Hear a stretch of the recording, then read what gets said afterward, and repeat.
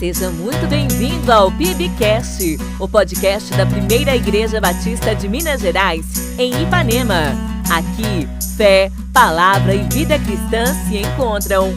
Prepare seu coração, o episódio de hoje já vai começar. Bom dia, amados irmãos, louvado seja Deus.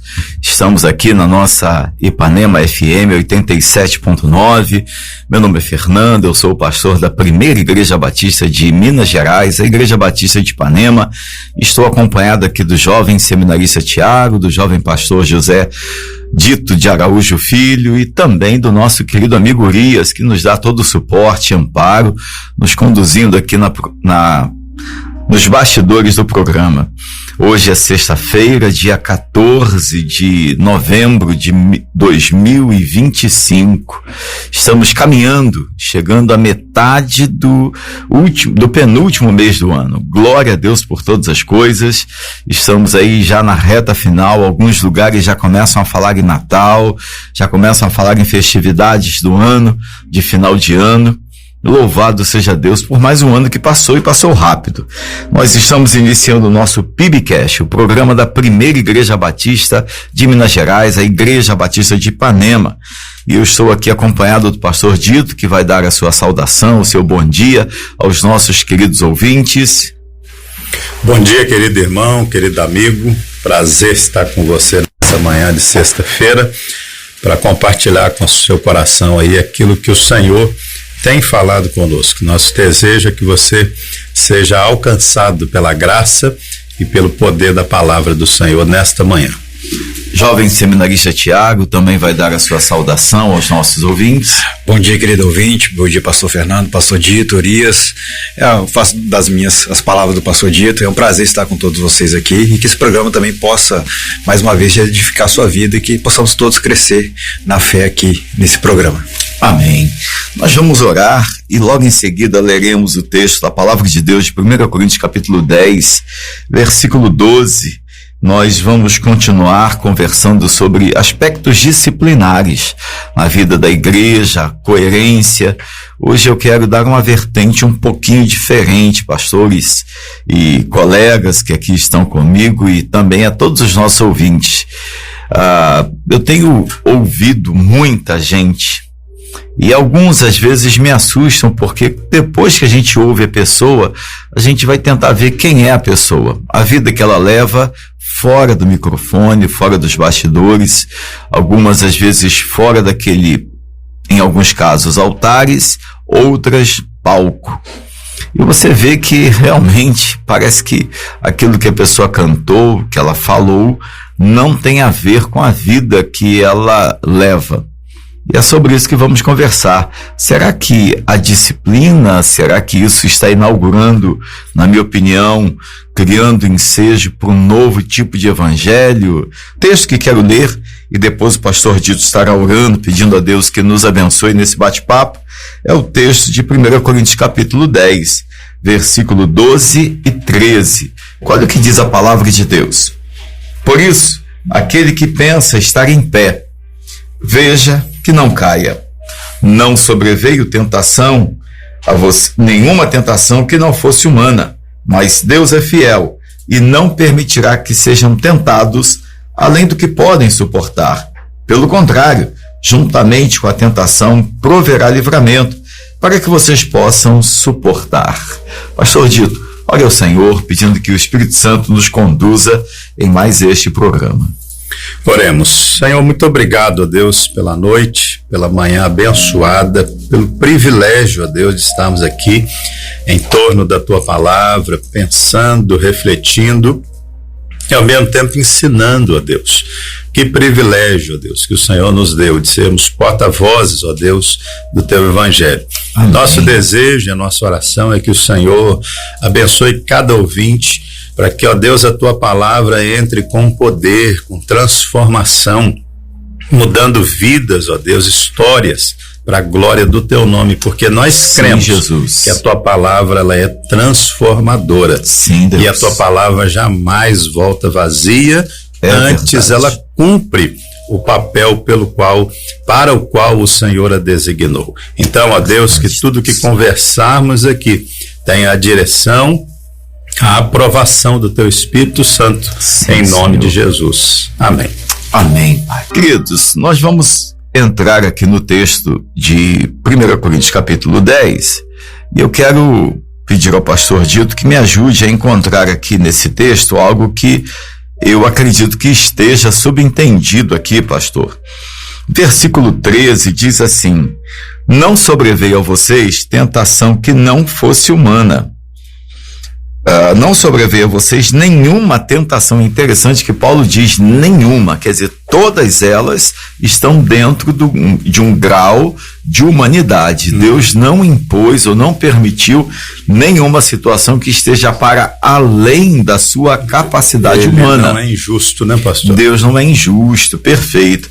E isso aqui já exclui a possibilidade que às vezes a gente vê algumas pessoas argumentando, né? Já exclui o argumento, melhor dizendo, de algumas pessoas. Não, isso aí, poxa, eu não consegui resistir, como se fosse algo sobre-humano. Eu já tinha caído. Quando eu vi, eu já tinha caído. Perfeito, pastor, perfeito. Há aspectos disciplinares nesse texto que estejam subentendidos, pastor? Porque quando diz aqui, nenhuma tentação que não fosse humana, fiel é Deus, que não vai permitir que vocês sejam tentados além do que podem suportar. Pelo contrário, juntamente com a tentação, proverá ou trará livramento. Me parece que Paulo está fazendo uma exortação quase que com um tom de redundância. Gente, fique atento, é possível não cair. Se você estiver perto de cair, tem como não cair. Abra seus olhos, fique atento. Quer dizer, o que Paulo está dizendo? Parece que ele está dizendo, olha, é possível não cair. E para não cair, você tem Deus perto de você. Mas se cair, ainda que Deus te socorra, você corre o sério e grave risco de quem sabe, de uma avaliação pesada, de um peso da mão, de um juízo. Parece que tem muito mais coisa do que está escrito aqui, né, pastor? Tem, esse capítulo 10, né, de 1 Coríntios é muito forte, né, pastor? Começa Paulo dizendo que tudo que está escrito aqui é exemplo, mas esse versículo 13, ele é pesado. Interessante que ele vai começar a tratar sobre a ceia do Senhor, né? No capítulo 10 aí, no 11... E ele fala que os coríntios não estavam se reunindo para melhor, mas a ceia deles parece que piorava as coisas, né? Quer dizer, um momento que deveria ser de comunhão estava se tornando um momento de bagunça, exatamente. Né? E lá no versículo 21 do capítulo 10, nesse contexto aí desse texto que a gente está analisando há algum tempo já, ele fala assim, vocês não podem beber o cálice do Senhor e o cálice dos demônios. Olha que coisa forte, pastor. Não podem ser participantes da mesa do Senhor e da mesa dos demônios, ou provocaremos ciúmes no Senhor. Somos por acaso mais fortes do que ele? Então, quando Deus ele usa Paulo, né, para dizer, olha, eu quero que vocês fiquem de pé. Não vai ter nada injusto nessa luta aí, nada que vocês não possam suportar, e eu vou estar ali dando livramento para quem quiser ser fiel, porque eu quero que vocês sejam um povo separado, né?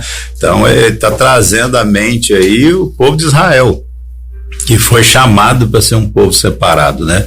Então a igreja é um povo chamado para ser separado, eclesia, né? Chamados para fora. Então nós precisamos entender isso. Não dá para ser a mesma coisa do mundo, não dá para querer ser cristão e desfrutar ainda de alguns prazeres do mundo, né? E o diabo tá aí doido aí para fazer as pessoas acreditarem que é possível estar numa igreja e continuar ainda com hábitos e comportamentos que o Senhor já mostrou que ele reprova. Então Deus também ele não é injusto em prover o escape para quem está ali sofrendo, lutando. O Senhor, eu quero ser fiel, mas estou sendo tentado. Ele vai estar ali sempre, né? Meu filho não aguenta mais, agora eu vou e tiro o peso. Mas também ele não vai ser injusto na hora de pesar a mão. Mas é isso aí, ele pastor. Deu todas as prerrogativas, então, ele avisou. Antes do peso da mão, segura aí, pastor, peraí, segura o peso da mão aí, o senhor vai falar sobre isso já. O senhor disse, meu filho está sendo tentado, não está aguentando mais, eu vou lá.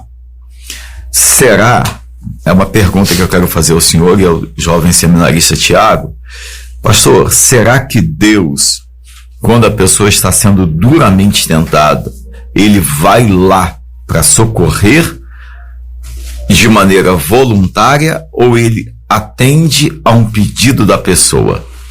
Vou melhorar a pergunta e vou facilitar. Será que Deus responde ao clamor de pedido de socorro?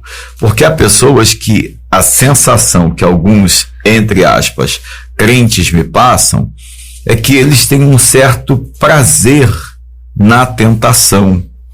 Então acabam não pedindo socorro. E só depois que caem é que eles falam aquilo que o senhor falou ainda há pouco. Quando eu fui ver, eu já tinha caído. Será que esse agir de Deus é Deus dizendo assim, não, puxa, eu vou lá cuidar do meu filho que está sendo tentado?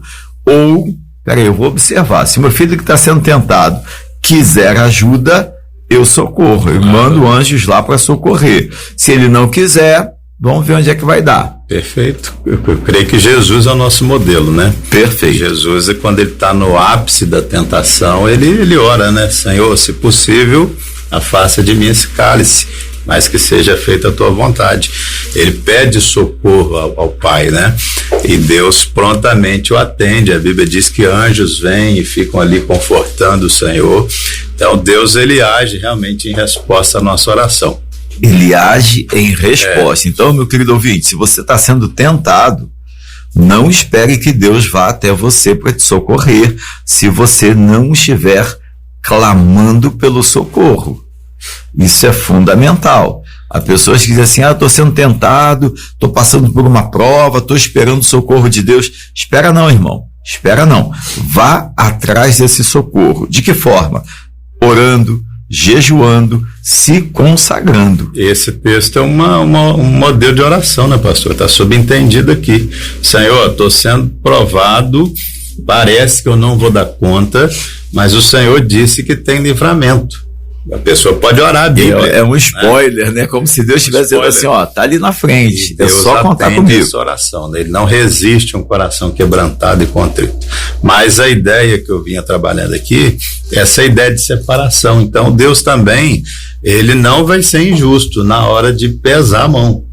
Ele pode tanto usar a mão para tirar o peso, como pode usar a mão para pesar, né? Então, aí... Seria exagero dizer que ele usa a mão para tirar a pessoa da tentação, se ela pede socorro, mas ele pode também usar a mesma mão para pesar o juízo se ela encontrar prazer no pecado. Exatamente. Lembrando, né, pastor, pontuando que nós estamos falando aqui para pessoas que já conhecem, né, um pouco da palavra, que tem noção.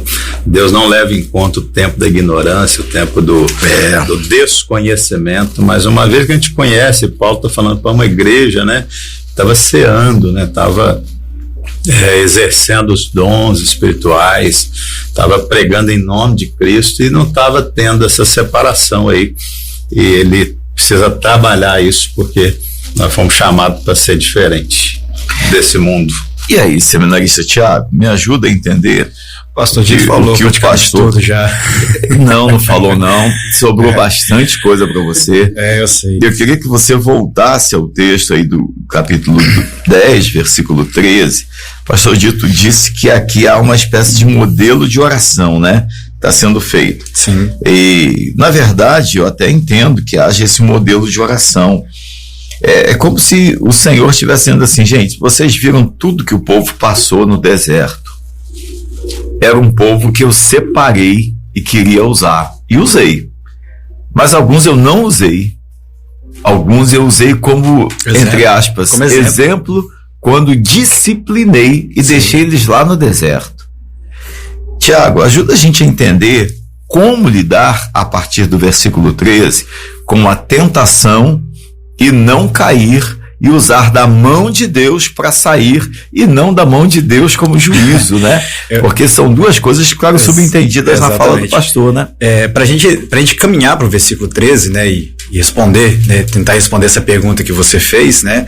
A primeira percepção é a do versículo 12, obviamente, né? E isso está corroborado, a gente consegue entender isso não só aqui, mas, por exemplo, semana passada nós mencionamos o Salmo 51, né? O Salmo 51, versículo 3, né? Um dos primeiros passos que, pelo menos que eu consigo compreender que é pra gente, né, entender o versículo 13 e trazer não o peso da mão do Senhor sobre nós, mas o auxílio da mão dele sobre nós, é reconhecer que o pecado está diante de nós, né? Davi vai falar isso no 51, versículo 3, né? Os meus pecados estão diante de mim. Gênesis 4, por exemplo, né? Caim, o Senhor vai alertar Caim, o pecado está à sua porta. Mas são duas situações, se você me permite uma pequena correção, são duas situações diferentes. Não, ali, no caso de Davi já tinha, o pecado está diante de mim porque eu já fiz. Não, sim, claro, então, mas eu já errei. Eu entendi. Eu ia complementar essa questão. Né? Exatamente, o texto do Salmo 51, Davi já havia feito. Já havia cometido. Mas aí gera peso da mão. Exato, mas o processo, independente do andar da carruagem, vamos dizer assim, ainda continua sendo o mesmo. É reconhecimento de que ou você está prestes a errar ou que você já errou. Perfeito. E há ainda assim a possibilidade, né, da mão do Senhor agir de uma forma diferente em sua vida. Não estou falando que não vai haver o juízo, a consequência do pecado, ela virá inevitavelmente, né? Mas a graça e a misericórdia do Senhor também está disponível, né? O versículo 13 entra, né, para corroborar isso. Então, assim, essa percepção, e aí, né, a gente está falando dos bastidores, o pastor Dito começou a falar aqui sobre isso também, né? Quando a gente pede um pouco essa percepção, e não é falado, infelizmente, né, muitas das vezes, que o pecado ele é real, o pecado ele é algo que realmente precisa ser abominado, ele tem que ser algo que tem que ser muito claro em nossas vidas para que a gente tenha realmente essa real percepção de que se nós caminharmos nessa direção, nós vamos estar indo contra a vontade do Senhor e automaticamente estaremos sujeitos ao peso da mão do Senhor, seja ela para a disciplina e para o exemplo, como Paulo vai dizer aqui nesse texto do capítulo 10 aqui de 1 Coríntios, né? Ele está usando o exemplo do povo, como acabou de dizer aqui, para mostrar que a mesma mão que abençoa é a que também traz o juízo. Então, assim, a gente tem falado, aí fala a gente assim, no modo geral, igreja no modo geral, infelizmente, né, a gente tem falado pouco sobre o pecado, né, sobre as consequências do pecado e como deve sim haver essa separação muito clara, né?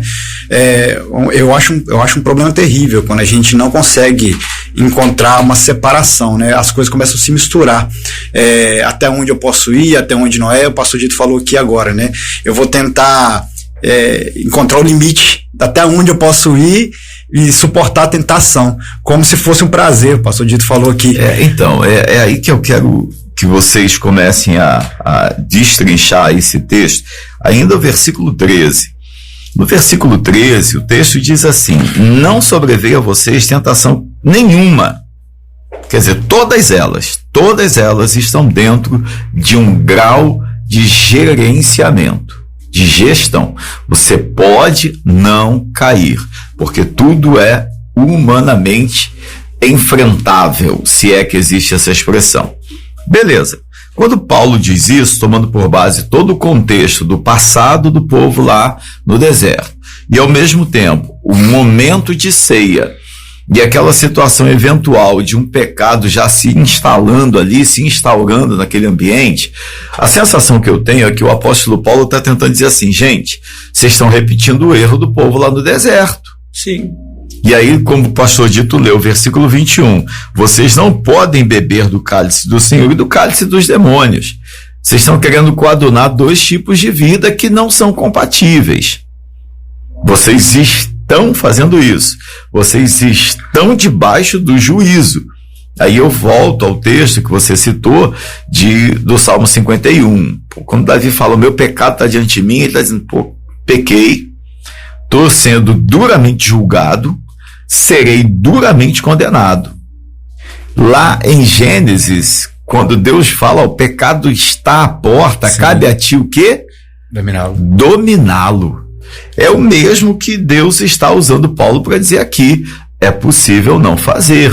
É assim que eu estou entendendo esse texto. Aí entra essa fala que o pastor Dito criou. Na verdade, eu é que criei a partir daquilo que ele disse. Ou a gente usa a mão de Deus para nos tirar do pecado, ou a gente usa a mão de Deus, ou a mão de Deus será usada para juízo pós-pecado. Penso que o diferencial, e aí eu quero azedar a sua sopa, eu penso que o diferencial está no fato de como você está naquele momento que você está sendo tentado. Porque cá entre nós, repito, há pessoas que parecem ter prazer na tentação. E por isso, por causa dessa sua fala, que eu estou querendo todo esse discurso. Porque você disse que tem pessoas que, assim, parece que elas vão quase que, não, eu dou conta, daqui a pouco eu saio. Por que elas fazem isso? Porque elas estão encontrando prazer no pecado. Exatamente, pastor. E aí elas acabam entrando no juízo? Como é que é? Me explica aí. Pois é, mas aí, né, vão continuar nessa linha de raciocínio e inclusive usando os dois exemplos que, né, eu falei e que você também falou aqui, né, no caso de Davi, por exemplo, apesar de já ter cometido o erro e já estava sofrendo, né, o peso da mão do Senhor sobre a sua vida, algo interessante acontece ali que nos serve como um exemplo claríssimo, e Paulo está reverberando aqui, né, nós mesmo sofrendo, né, pelos nossos pecados, nossos erros, nós não podemos nos afastar do Senhor, porque apesar da mão do Senhor vir sobre nós por causa dos nossos pecados e erros, como juízo, como a disciplina, correção, ainda assim, Deus é misericordioso, sim, né, e pode nos restaurar. Se não fosse isso, ninguém estaria de pé. Aí muda uma questão, é importantíssimo a gente saber disso. Lá no outro texto, né, aí vamos pegar um outro exemplo, né, Caim ainda não havia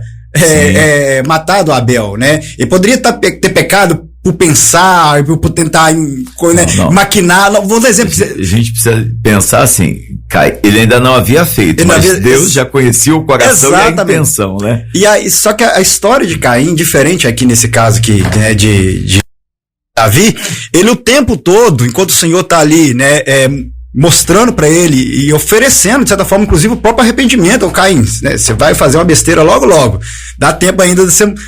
Eu acho que aqui é o texto perfeito de 1 Coríntios 10, 13. Dá tempo de você... rapaz, você tá pensando que tá em pé, você tá perto de cair, rapaz. Cuidado. E mesmo... Essa tentação aí dá pra você dominar. Exato. E mesmo depois que Caim cai, lá no versículo 8 em diante, depois que ele mata Abel, né? O Senhor ainda volta a Caim novamente, né? E aquele diálogo que tem entre Caim e Abel ali, né? Onde tá o teu irmão, né?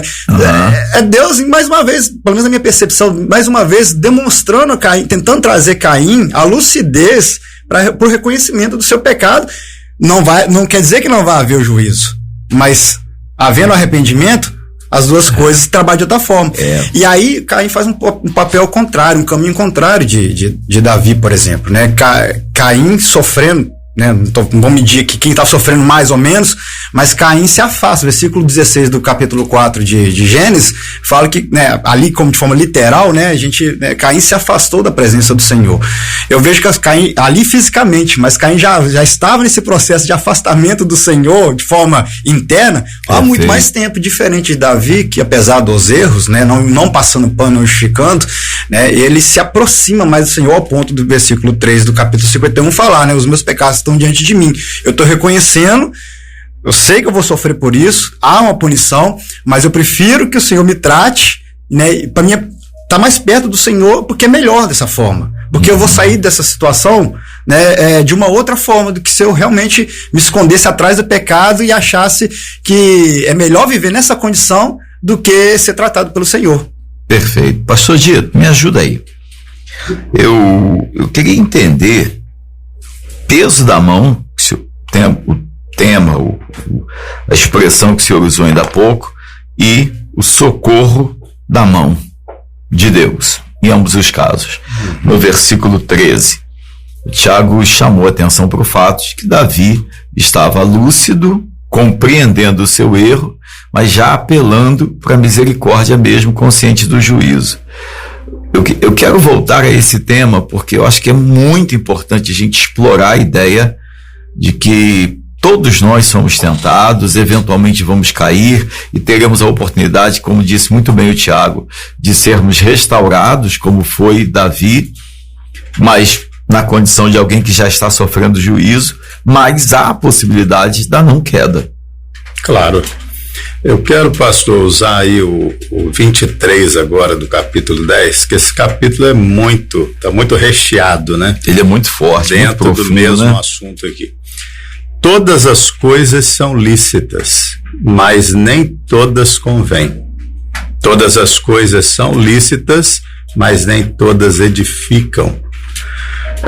Eu temo que há uma geração, né, e você usou a expressão, um outro evangelho, que está sendo criado, né, formado. Exato, o evangelho da reforma da Bíblia, o evangelho tem pensadores, o evangelho da bebida alcoólica, o evangelho do show, do lazer, da curtida. E essa geração, ela é caracterizada por uma pergunta que todo mundo já ouviu: pode ou não pode?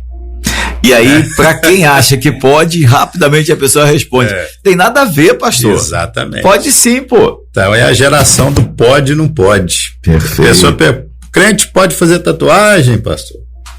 Pode beber? Eu acho um absurdo, por exemplo, alguém me perguntar se crente pode beber cerveja sem álcool. Porque eu sou um ex-alcoólatra, né? A gente estava até conversando aqui nos bastidores. Eu acredito que alguém que beba uma cerveja sem álcool, no fundo ele está querendo beber cerveja, né? Então eu não vou nem falar sobre cerveja, eu vou falar sobre motivações, né? Qual é a motivação? Misericórdia. Edifica, né? Perfeito. Convém. É lícito. Então a gente não vê essas mesmas pessoas, né? Crente pode ir numa festa, pastor, mundana. Crente pode assistir um show mundano e tal, e por aí vai. A gente não vê essas pessoas perguntando assim: crente pode ler a Bíblia toda no ano, pastor? Pastor, crente pode jejuar mais de 3 vezes na semana? Jejuar 24 horas? Crente pode fazer vigília de oração, pastor? A gente não vê essas pessoas perguntando. Pastor, crente que não ganhou ninguém para Jesus esse mês, pode ganhar uma alma? Tá pecando, pastor? O senhor acha que é pecado o crente que não fala de Jesus, pastor? A gente não vê essas pessoas. Gostei disso. Exatamente. Gostei. Então assim, se não mudar, né, pastor, a consciência mundana para uma consciência cristã. Você compartilhou um vídeo forte ontem com a gente do Luciano Subirá, né, do subcristianismo, né? O perigo não é o anticristianismo, porque isso a igreja já está guardada pelo Senhor. Perfeito. As portas do inferno não prevalecerão contra a igreja. Tem se dado muita ênfase, né, ao diabo, que o diabo é isso. O diabo é derrotado. Em nome de Jesus, cruz do Calvário, ele foi derrotado. De Jesus. Agora, perigoso é esse subcristianismo, né, que questiona tudo, mas não se rende. Então eu creio que Paulo está trabalhando no coração dos coríntios aqui o seguinte: olha, vocês precisam se render à palavra, a palavra está clara. Crente convertido, ele não fica questionando: tem que dar o dízimo ou não tem? Dízimo para quê? O que eles vão fazer? Não, ele quanto é o dízimo, pastor? Pastor, é obrigado? Tem gente, a pergunta que eu acho que às vezes, em alguns casos, ela vem de um coração que está começando, é imaturo, mas em outros ela é capciosa. Mas, geralmente, pastor, eu tenho que pagar quanto de dízimo? Rapaz, você não paga nada não. Essas pessoas que estão começando na fé, elas questionam para aprender. Exato, para exatamente. Diferente, muitos deles já estão fazendo sem saber como fazer. E só querem uma orientação para continuar fazendo. Esse tipo de questionamento que eu estou frisando aqui é um comportamento de pessoas que estão há anos caminhando no meio das igrejas. Um rápido parênteses, e é o contexto de Corinto, né? Porque Paulo está falando pra gente que já está caminhando, exatamente, né? Era uma igreja que já estava firmada ali. É um grupo de pessoas que já sabiam muita coisa. E que se achava muito espiritual, por sinal, né? Perfeito. Então, mas era uma espiritualidade superficial, só de aparência. Então, Paulo está deixando claro, gente, olha, a gente pode fazer o que a gente quiser. E toda vez que você, meu irmão, que está ouvindo isso, se perguntar ou perguntar para alguém, a resposta é uma para todas as perguntas. Não tem aquele negócio. É a mesma para todas as mesmas. Sim, para todas as perguntas acima, né? A resposta é: você pode fazer o que você quiser da sua vida. O difícil é explicar isso para Deus depois. E eu vou dizer mais, hein? Deus entende, mas não aprova. Tem muita gente que acha assim: pastor, o senhor não me entende. Eu entendo, irmão. Não, já aconselhei gente que dizia assim: não, pastor, eu estou aqui porque eu sei que o meu pastor não me entende e o senhor vai me entender. E eu digo para a pessoa assim: olha, eu entendo e eu acho que o seu pastor também entende. O que você não entende é que a gente não concorda. entender não significa concordar, né? Exatamente. Alguma pessoa me procurou uma vez falando que em Ipanema, né? E nós estamos na nossa cidade, a gente tem que falar do nosso quintal. Exato. Que adultério em Ipanema é uma coisa normal. Eu falei assim, está repreendido em nome de Jesus. No inferno também Está repreendido, porque pode ser comum. Exato. Comum. Normal nunca vai ser. Exato. Para o crente verdadeiro, para a igreja que está separada do mundo, pode ser comum e está aí se alastrando e vai se alastrar, a Bíblia vai se cumprir, o amor vai se esfriar, o pecado vai se multiplicar. Mas nunca vai ser normal para a gente. Nunca vai ser normal sentar numa mesa de bar. Nunca vai ser normal ficar numa roda de fofoca. Nunca vai ser normal falar mal do pastor por trás. Nunca vai ser normal fornicação. Nunca vai ser normal sexo corrompido, né, desvirtuado, fora daquilo que a palavra de Deus estabeleceu. Nunca vai ser normal sexo antes do casamento. Nunca vai ser. Pode ser comum.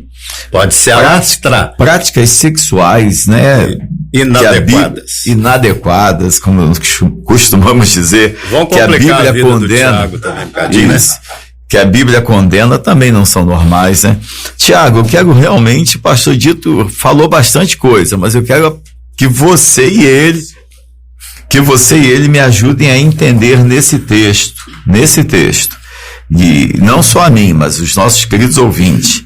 Nós precisamos encontrar nesse texto o braço do socorro, que é preventivo, é uma situação que previne o ato pecaminoso, e o braço do juízo. E aí, Tiago? Pastor, tá fácil ou não? Não, fácil sempre será, né? Pra você. Se eu achar que ficou fácil, eu azedo a sopa. Vamos ver. Os ouvintes não sabem a pressão que é aqui dentro aqui. Não tem pressão nenhuma. Tem um alvo aqui na minha aqui, mas tem nada. Eu amo a vida de vocês. Amém. Se a gente não amasse, a gente não eu sei apertava. Eu sei disso.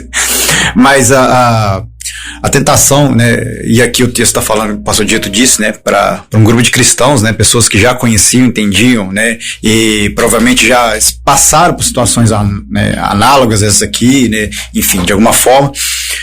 Ela não é nesse caso aqui não é um acidente, é uma opção, né? É uma escolha, né? Uma escolha intencional. Exatamente, né? Foi sem querer, né? Sem querer também é um erro, né? Ou eu nem vi. Também é um erro, disse, né? O pastor Dito no começo, quando eu vi eu já tinha feito. Eu não posso chegar pro diante do juiz e falar assim, sem querer aconteceu isso. Não, sem querer ainda é um erro da mesma forma, né?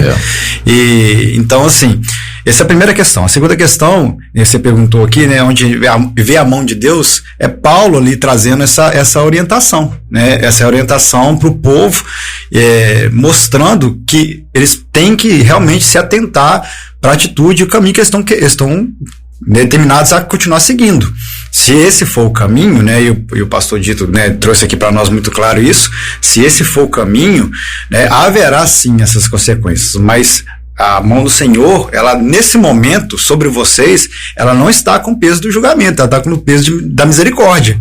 Ela está aqui para poder... Esse é o divisor de águas nesse texto. Exatamente. A sensação que eu tenho é que Deus diz para Paulo assim, Paulo, fala com o pessoal que eles estão caminhando de um jeito, que eles estão bebendo do cálice do céu e do cálice do inferno. Isso. O pastor Dito usou aqui ainda há pouco, lendo versículo 21. Diga para eles que ainda dá tempo de não haver juízo. Sim. E aí, né, pegando esse texto aqui, o versículo 21 e 22, que foi esse que você acabou de dizer, né, parte, né, daquela lógica que a gente, né, o cristão, né, o crente, tá vivendo uma vida assim, né, durante a semana eu tô vivendo a primeira parte, tô vivendo a minha vida, e no final de semana eu tô vivendo a vida de que Cristo quer para mim. E aí eu vou repetindo o ciclo de forma insistentemente. E chega uma hora que Deus realmente vai começar a como diz vocês aqui comigo, né? Vai azedar a sopa do pessoal, né? Deus uma hora realmente vai azedar a sopa de todo mundo. Porque não dá pra viver essa dicotomia, né? Uma hora eu tô vivendo a parte como eu quero, outra hora eu tô vivendo a parte como Deus quer. Uma hora Deus vai falar assim, não, já basta, né? Você já tá aí flertando demais com isso. E não é porque eu tô sendo permissivo que eu quero que você curta e experimente um pouquinho disso, não. É porque eu tô te dando a oportunidade de perceber antes de eu agir de forma corretiva. Mas se vocês decidirem, vamos lá então, segue o jogo. Já que vocês se julgam aptos a suportar, a viver de acordo com a tentação, vamos ver se vocês conseguem viver de acordo com o juízo.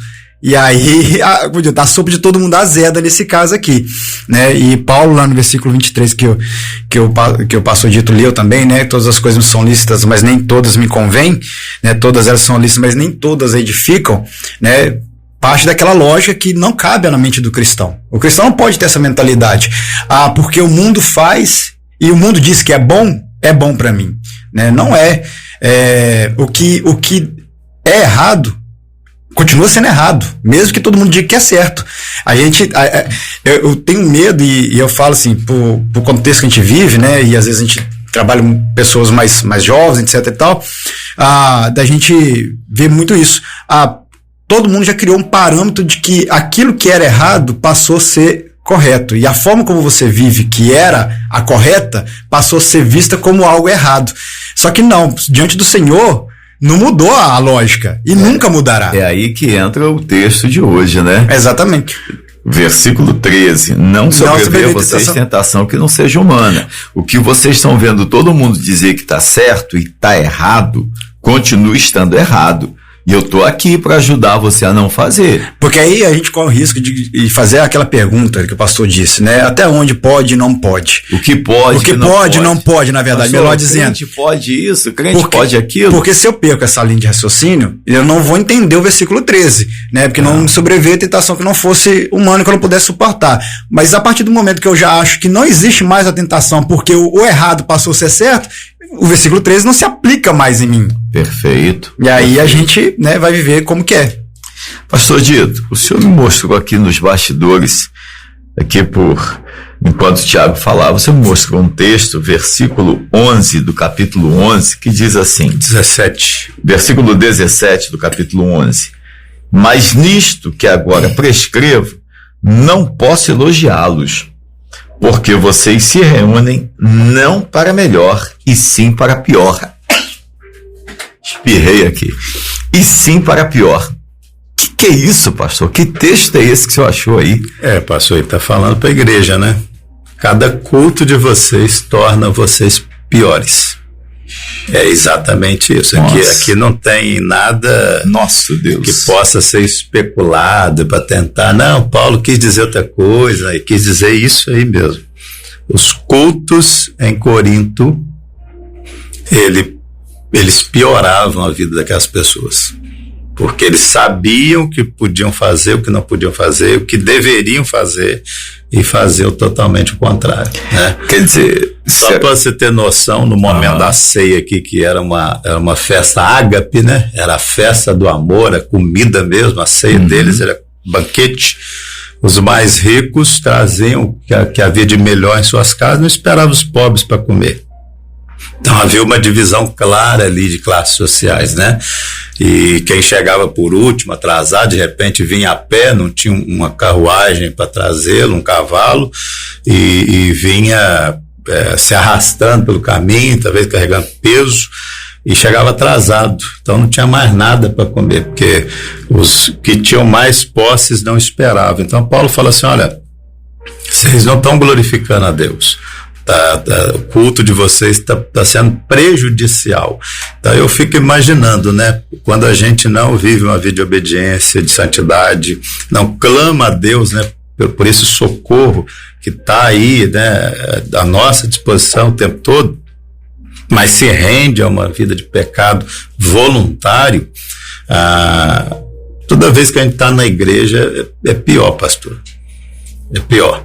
Eu costumo dizer que um sermão, ele pode tanto abençoar uma pessoa, como pode torná-la mais réu de juízo, né?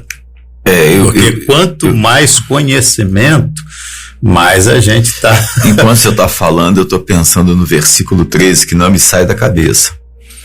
Diante de um culto em que você está ouvindo uma palavra que ela é confrontadora, só se torna algo pior, ou uma pessoa pior, aquele que de maneira hipócrita, ou seja pelo motivo que for, ele fecha o seu coração e diz: olha, eu não, essa palavra não é para mim, isso não tem a ver comigo, eu não vou aplicar isso à minha vida.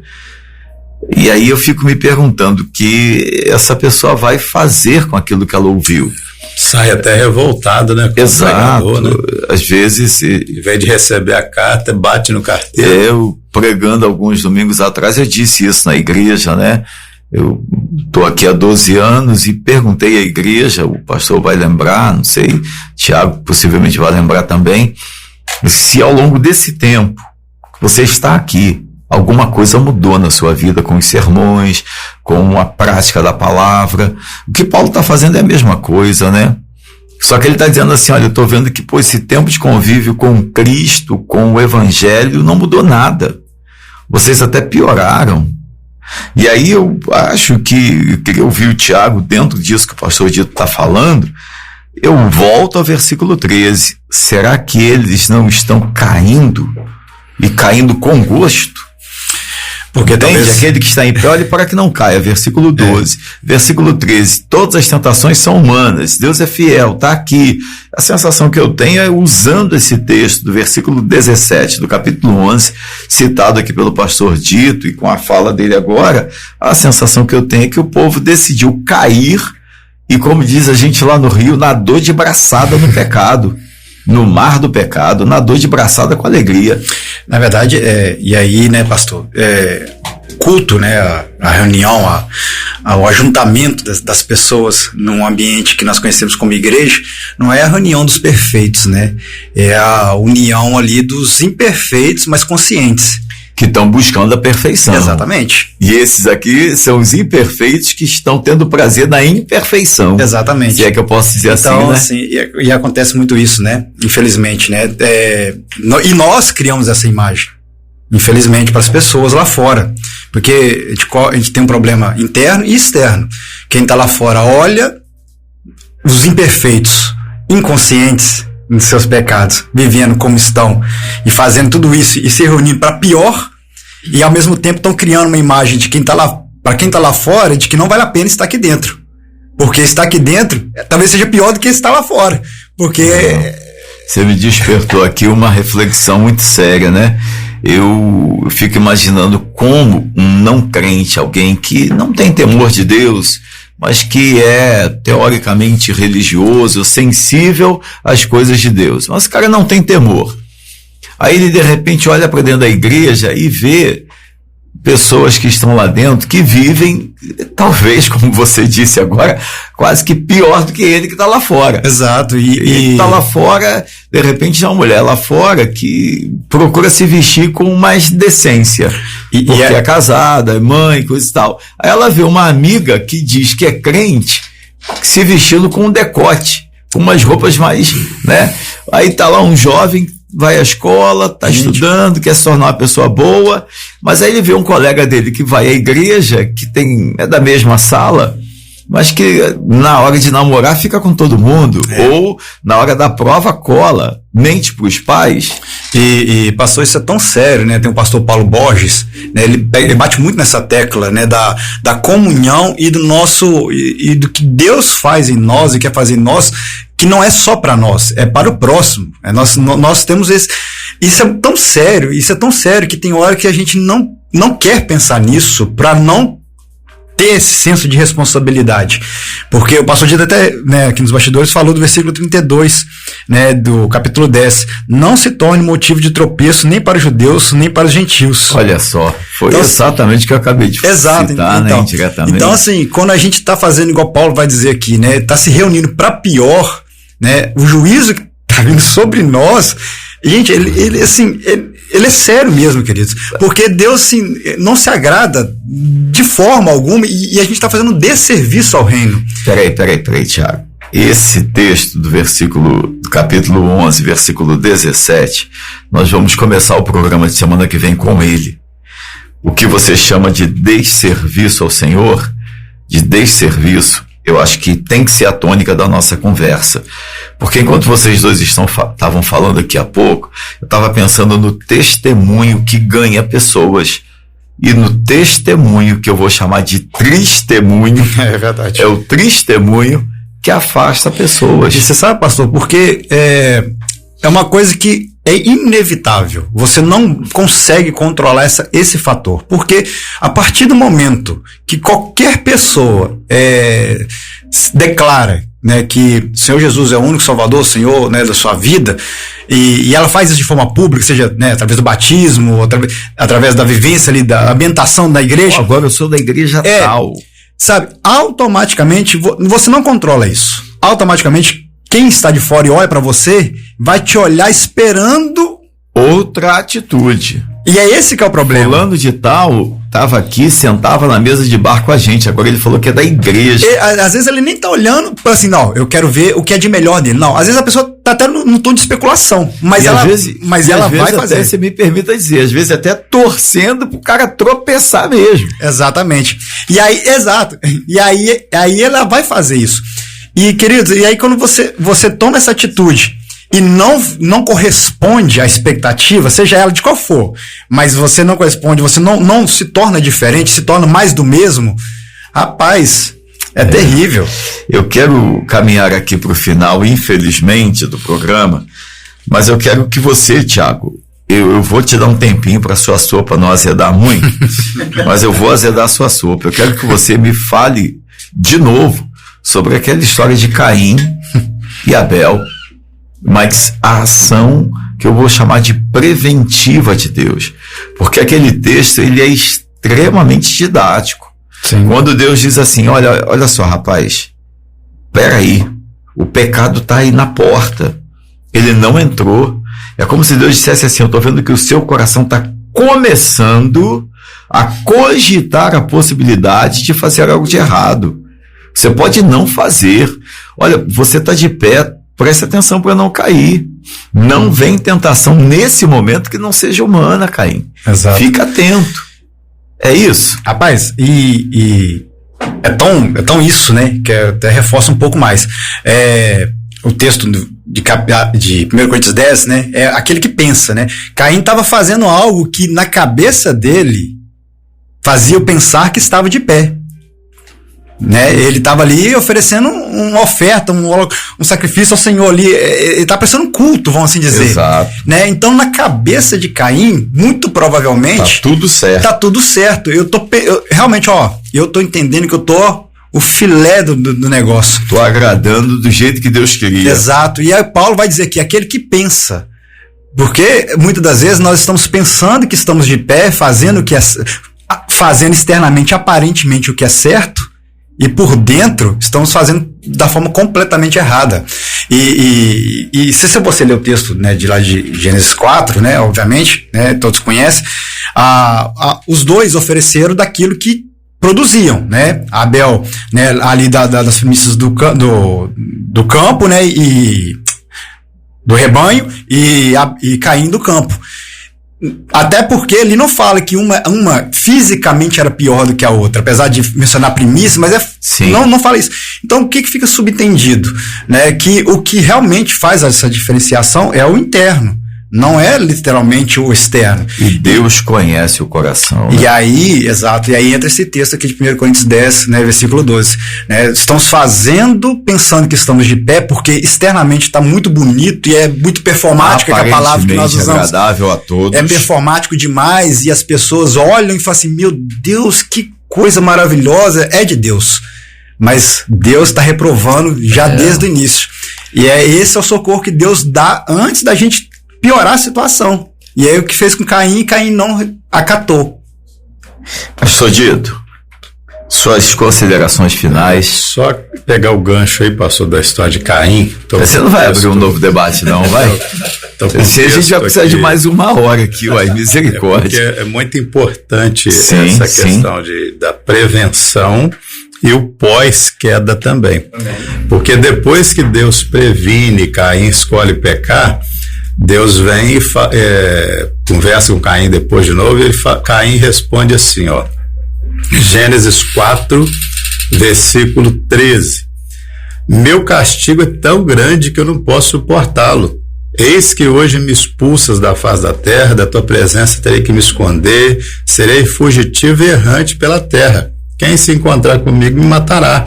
Ou seja, tão pesado quanto foi o pecado, né, foi mais do que eu podia suportar, a tua disciplina também é insuportável. Então, ao contrário de Deus garantiu para ele que daria a condição a ele de suportar. Eu vou te dar condições. Você fica tranquilo, não vai ser assim tudo isso que você está pensando, não, mas vai ser bem pesado. Exatamente. Então, quem não se rende ao Senhor, né, antes de cair, depois que cai também, acha a disciplina pesada. A gente descobre quem é crente tanto no não cair, quanto após queda, porque todo mundo peca, ele entende que Deus é justo, ele está disciplinando para colocar e consegue retomar o caminho. O perigo é esse, pastor, é a pessoa não ter comunhão com Deus, ao ponto de mesmo caindo, que é possível, né, ele não entenda a disciplina, ache pesado e aí se lasque de vez, porque foi o que ele fez. Alguns que Caim, se entregam totalmente ao erro. Caim saiu da presença do Senhor e foi para a terra de Nod, né? Então, foi para longe. Então o perigo é esse. Quem não está quebrantado agora, talvez depois da queda não entenda que Deus é amoroso, é misericordioso e quer restaurar. Queridos ouvintes, nós estamos caminhando para o final do programa, são 8 horas e 57 minutos, estamos realmente a poucos segundos de terminá-lo. Pastor Dito já anotou o tema da semana que vem, nós vamos trabalhar em cima deste mesmo tema. Na verdade, nós vamos criar aqui um caminho novo, usando o versículo 17 do capítulo 11, mas ainda falando sobre esse tipo de evangelho, esse tipo de postura tem visto crescer no meio da igreja, criando o que eu chamo de evangelho paralelo. Quero encerrar o programa mandando aqui um fortíssimo abraço pro irmão Marcinho lá do Cobrador. Muito obrigado, Marcinho, pelo apoio, pelo carinho, que Deus continue te abençoando. Um abraço pro Natal, um abraço pro Fabrício, um abraço para todos os nossos queridos ouvintes, irmãos, membros da Igreja Batista que nos acompanham. O Roberto Duais também. Roberto, um grande abraço para você. E a nossa querida Mônica, esposa do irmão Atos, que faz aniversário hoje, minha querida. Que Deus te abençoe, te dê muitos anos de vida, com muita alegria para a glória de Deus. Pastor Dito estará orando ao Senhor, agradecendo a Deus pelo programa de hoje, e logo em seguida eu estarei impetrando a bênção apostólica. Senhor, muito obrigado, ó Deus, por esse programa, pela tua palavra, que é rica, ó Deus, em ensinamentos e, ó Deus, nos edificam. Que o Senhor nos ajude a aplicá-la, Deus. O Senhor tem sido bondoso conosco, nos dando entendimento, conhecimento, mas que isso se transforme em aplicação prática na nossa vida diária. Abençoa cada ouvinte, cada família nesse momento, onde, ó Deus, essa palavra chegou. Que o Senhor, ó Deus, a use com poder, ó Deus, de transformar vidas, histórias e corações, que eu sei que sim, esse Deus, é o teu objetivo. Fica sim, conosco, dá-nos um dia abençoado, um final de semana maravilhoso na tua presença, onde tiver uma igreja reunida em Ipanema, Deus, que o Senhor os abençoe, abençoe seus líderes, seus pastores, para que o povo do Senhor na nossa cidade continue crescendo, ó Deus, em estatura, em graça, em conhecimento, na presença do Senhor. Oramos em nome de Jesus. Amém. Que o amor de Deus, o nosso Pai, que a graça de Jesus Cristo, Filho, que a comunhão, consolação e paz do Espírito Santo sejam sobre todos nós, hoje e para todo sempre. Amém.